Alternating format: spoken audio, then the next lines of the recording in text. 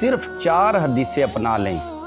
کوئی اپنے جائیداد یا خزانے کے منہ نہیں کھولنے، کوئی بہت بڑا سخی نہیں بننا، کوئی اپنے گھروں کو ہر چیز کو اللہ کے راستے میں قربان نہیں کرنا۔ صرف 4 حدیثیں تو آپ کی دنیا اور آخرت نور علی نور ہو جائے گی۔ سب سے پہلی حدیث انما الاعمال بالنیات، یعنی عملوں کا دار و مدار نیتوں پر ہے، اپنی نیتیں اچھی کر لیں۔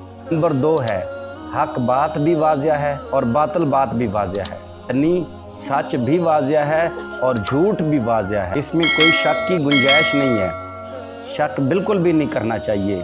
اور جس نے اپنے آپ کو شک سے نکال لیا اس نے اپنا ایمان بچا لیا۔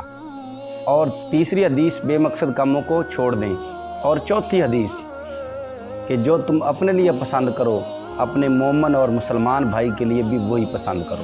اگر آپ اپنے ملازم کے لیے، اپنے نوکر کے لیے، کسی دوسرے مسلمان بھائی کے لیے کوئی چیز پسند کر رہے ہیں تو یاد رکھیں وہی چیز پسند کریں جو آپ اپنے لیے پسند کرتے ہیں، آپ کی دنیا اور آخرت نور علی نور ہو جائے گی۔